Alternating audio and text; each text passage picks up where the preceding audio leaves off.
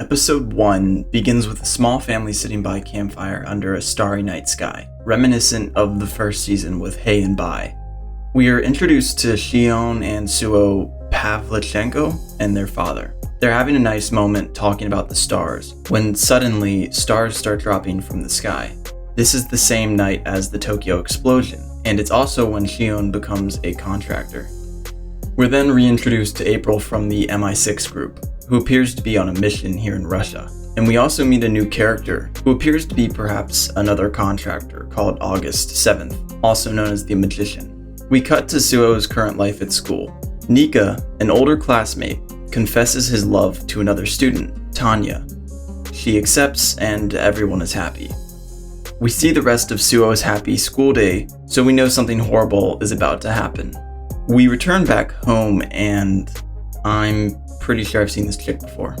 The first thing Suo does after getting her dinner is pay a visit to Shion's room, who's being kept in an ultra secure room. Shion shows pretty quickly that he's not very emotional, looking at people from a distance. Suo wants to see their mother again, who lives in Japan, but Shion replies like a classic contractor. He says that he doesn't care about seeing her since she won't be useful. The next day, something strange happens. Tanya walks into the room, but she's changed. Everyone notices this and rushes after her to see if everything's okay. When Nika sees something is wrong with her, he tries to speak to her, but she doesn't care about him anymore and attacks him with her contractor powers. Suo rushes after Tanya to talk to her, but she arrives just in time to see a group of soldiers escorting her into a jeep. Suo arrives home to find it surrounded by military or some security agency. She takes a secret passage into the house to see what's happening. April, who's disguised as someone named Bella, starts throwing bombs everywhere, keeping the military off her tail. During all of this, Shion, who has disappeared from the house, psychically communicates with Suo on what to do and where to go. She goes to search for her father, but finds him dead. April also arrives, noticing how the doctor died. She recognizes the way he died, and so do we. April takes Suo into the forest and fights another contractor who has been working with the military. After some back and forth, April is able to defeat the contractor, but she's quickly caught off guard by another contractor, Hei. In a brutal fashion, Hei kills her, leaving Suo all alone. So, what are my thoughts so far? Well, it's definitely not as hooking as the first season. First off, I don't like the snow, so that's a point against. Pettiness aside, it looks like this little girl, Suo, is going to be one of the protagonists of the series. I don't really like that. I don't mind going back and forth between side characters that are like Suo, but he definitely won't carry this season as the MC. The reason I love Darker Than Black so much is because of Hei. Any other character that isn't him just won't be as interesting. Speaking of Hei, I don't like how he looks. Don't get me wrong, I have nothing against ruggedness, but I despise with all my being character regression. What I mean by this is that I hate when characters lose the wisdom they've learned from previous experiences. With all the character development we've had with Hei, I'd want him to be a demigod by this point. But judging on where we left off in Gaiden, I have a feeling we're going to see the withered, bitter, cranky, incompetent, old veteran trope. I really hope that's not what happens. So Hei and Suo meet for the first time, and it's not on good terms. Hei believes that Suo is actually Shion and has a meteor core, which is what he's after. But before he can get it from her, another contractor appears out of nowhere, Mina Hazuki. She works for the Japanese's Section 3, which is a Black Ops division for the Ministry or Internal Affairs and Communication. Again, the fight scenes are really great, at some points even better than the original. So Suo escapes from the scene running into this guy, Genma Shizumi, who's on Mina's team. He tries to be friendly, but Suo's creeped out and runs away. He goes to one of her friends' houses to get help, but the government erased her memories of Suo. Fortunately, she runs into Nika and is relieved that there's at least one person she can trust. They go back to Nika's home where he tries to make her feel better. Suo has an outburst and says she's done waiting around, beginning to print out posters of something. We find out that Hei is working for the CIA. Using Gaiden to understand his objectives, he must be working for the CIA because they've made some deal with him to help find Yin. So, for the moment, he's once again enslaved to a powerful organization. Hei tracks down Suo from the posters she's made of him. but since he thinks she's Shion, there's a misunderstanding. Suo screams at Hei about how evil contractors are. She asks why they exist, why they're so cold, and why they're so inhumane. This is probably the most important scene of this episode, since we're back to talking about the philosophy and nature of contractors. We're finally getting back to what made Season 1 so special, but this is my problem with this scene. I still don't care about Suo in the way that I care about Hei. Hei has already been through this whole arc of hating contractors and trying to understand what they are. We know that he's human, so none of the things Suo is saying apply to him. We know that he's not a bad person. Well, sort of. He still kills her father, though we don't know if her father was some evil scientist or not. This anger that Suo feels is real, but it's misplaced toward Hei, who's not the real perpetrator of her pain. He's just the closest thing she can take her anger out on. I think this scene would be far stronger if we didn't know who Hei was, but we do know who he is. He's the protagonist of this whole series. We know what he's been through, so seeing Suo overreact toward him doesn't change anything for Hei's development, and it doesn't really change anything for us. It does for Suo, which is fine, but again, I don't really care for her as much as I do the protagonist.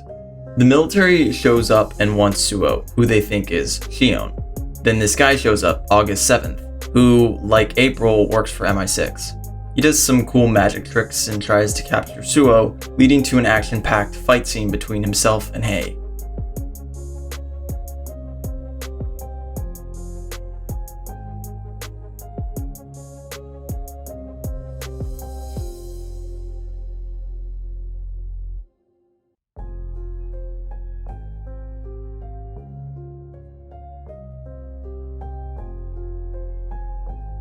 But Hei eventually beats him. Then Mina sets off a trap that really hurts Hei's brain. Suo also somehow ends up in the trap, activating the necklace that Shion gave to her, and we see Yin for a moment. So, after they're electrocuted, Suo tackles Hei into the ocean, and they escape from Section 3. Hei wakes up, confused why Suo saved him. Suo's got questions for Hei. She wants to know what's going on, why people are after Shion, and why her father had to die. She says that Hei's the scum of the earth, and he slaps her. The reason I don't like this scene is because Suo is incredibly annoying. Even though she doesn't know what's happening, we, the audience, do. We've been through all this before. We already know that all the world governments and shady organizations want these meteor fragments and cores for power. They want control over contractors, or to kill all contractors. All of Season 1 was based on this, but Suo's ignorance of this topic is making us go through all of it again. We don't need to go through all of it again, unless people didn't watch Season 1. And it doesn't really matter since Hei doesn't answer any of these questions anyway. Secondly, I don't like Hei's condition currently. I talked about this in episode 1, but I really hate character regression. Let me explain. When we watch for episodes of a character going through complex struggles and emotions, they take away some lesson or moral from their experience. In this way, they somehow become stronger or wiser or more intelligent. Throughout Season 1, we watched Hei struggle with his despair and loneliness as he worked for the organization, the Syndicate, just so he could find his sister. While at the surface level he was searching for his sister, there was a far more complex character growth for him happening behind the scenes. We were told so many times that contractors were nothing but monsters, but we were shown something different. Every villain Hei faced, almost every person he killed, wasn't completely evil. They often had tragic backstories, similar to Hei. In another world, many of them could be the show's protagonist. This all went to say that contractors weren't inherently evil.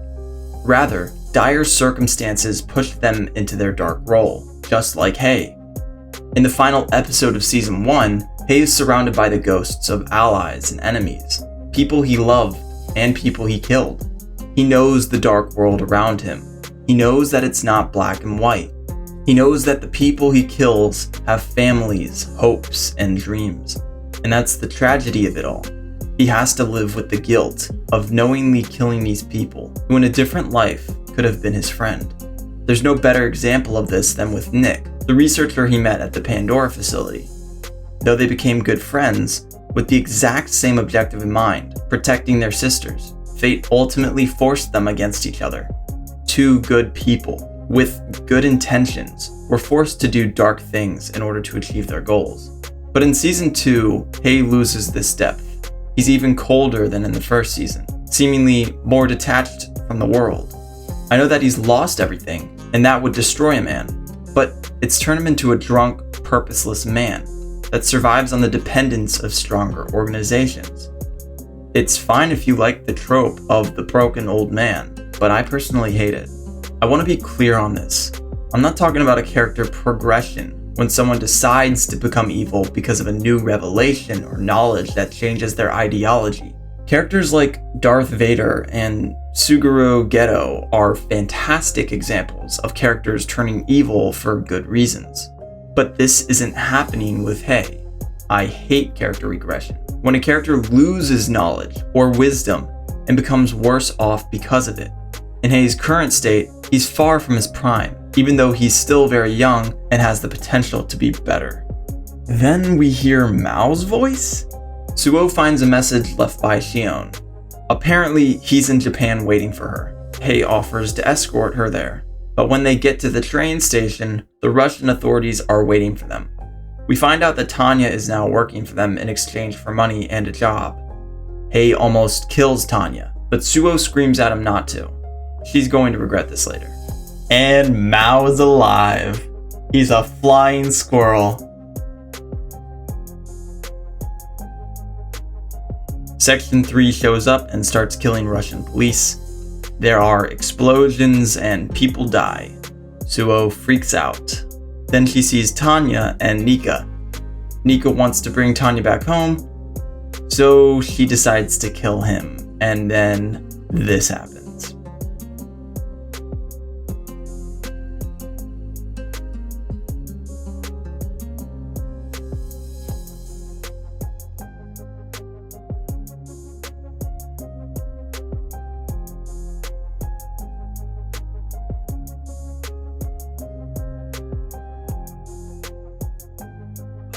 Dude, not another prophecy.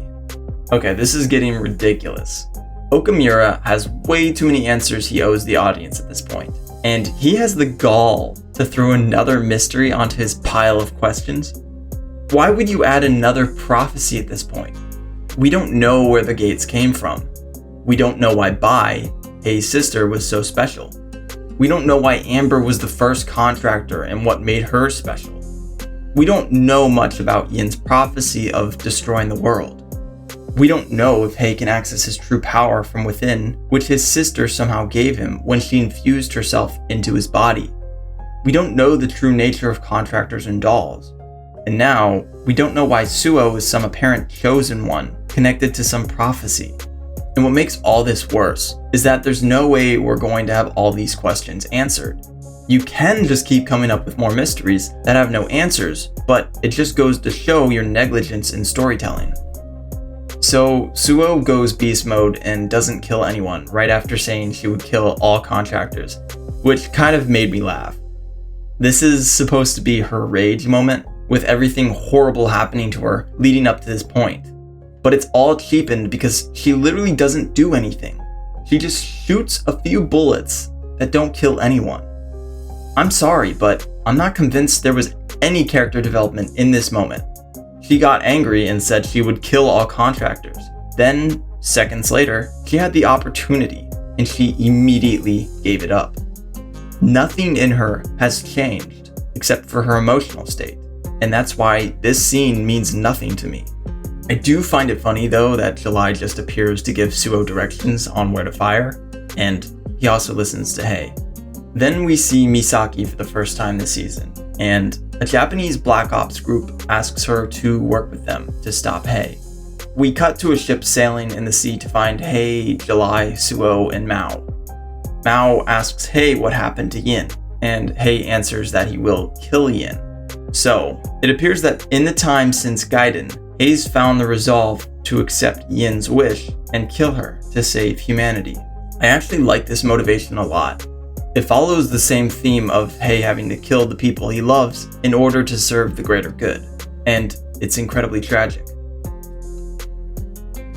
Episode 4 is a little more lighthearted. I liked it because it brought us back to the filler episodes of Season 1, when nothing necessarily important happened, but it developed the characters and brought them closer to each other. Hei trains Suo, trying to teach her how to fight and use her contractor abilities better. July is also here now. I don't know why, but I absolutely love it. We also see Misaki warming up to her new team, the Section 3 Black Ops unit that works for the Japanese government. Basically, they're after Hei and Suo, who they think is Shion. Also, Mina wants Misaki, so that's cool. We also get the scene of Suo training her abs. Cool. Hei tells Suo to beat up this group of teenagers, which, what are you doing, Hei? Hei throws Mao to distract the police so Suo can escape, which I love.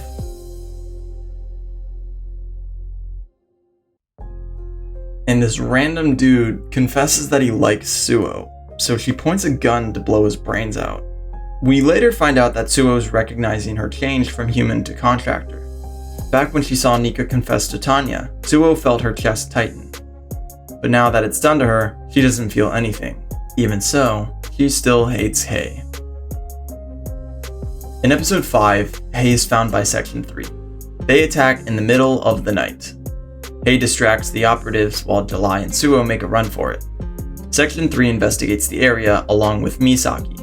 We learn this random dude, Norio, lost his mother in the last episode as explained by his father, Lebanon. On his way to charm Suo, he spots his mother, Michiru, along with the rest of Section 3. Earlier, we learned that the CIA wants Hei to use Suo on a mission. He's hesitant because she'll get in his way, but the CIA insists he uses her. Before he puts her out in the field, Hei wants to test her resolve once and for all. This entire time, Suo's never killed anything before, so Hei finally has her kill a crane. When she finishes, she finds herself crying, which makes Hei suspicious and leaves her confused. We also see Suo apologize to Hei with some food. She's sorry for blasting a hole in the apartment. Though it tastes awful, Hei eats it all, which implies that he accepts her apology. We close the episode with Hei taking Suo on her first mission, which is destroying a special cargo that Section 3 is delivering. If you remember back to Gaiden, then you know what this cargo is, or rather, who it is. In episode 6, Michiru has a reunion with Lebanon and Norio, and it's interesting. Apparently, Norio never met her before, and she only came back to Bake because of her remuneration. It's jarring as fuck. I'd expect Lebanon and Norio to have more of a reaction, but they just kinda go with it, and then she just leaves. So during the mission, Hei finally figures out the special cargo they're tasked to destroy. It turns out to be Yin, and yeah, now we've got a problem. Hei is vehemently against killing Yin here. He goes so far as to even pull away Suo's sniper from killing Yin, but we have a contradiction. Hei literally said he was going to kill Yin. That's his current motivation. That's why he's working with the CIA. He's going to kill Yin, arguably because the last time he saw her, she wanted him to do it. But at the time, he didn't have the resolve. But now he does. Or at least, he says he does. But when it comes down to it, he doesn't go through with his only current motivation. Maybe he wants to kill her on his own terms. But until that's stated, I'm going to see this as a motivational contradiction. So this woman ambushes Suo and tells her to come along. Then Yin shows up and drowns her. By the way, I forgot to mention this, but it was revealed in the last episode that Hei lost his powers. I assume that his powers were somehow transferred to Suo or something. And sure, whatever. Yet another question that's never going to be answered. Hei becomes a little closer with Suo, promising to never drink again if she promises never to shoot again. Episode 7. So it looks like Suo's dad is alive. Not much of anything important happens this episode. I would consider it more on the filler side.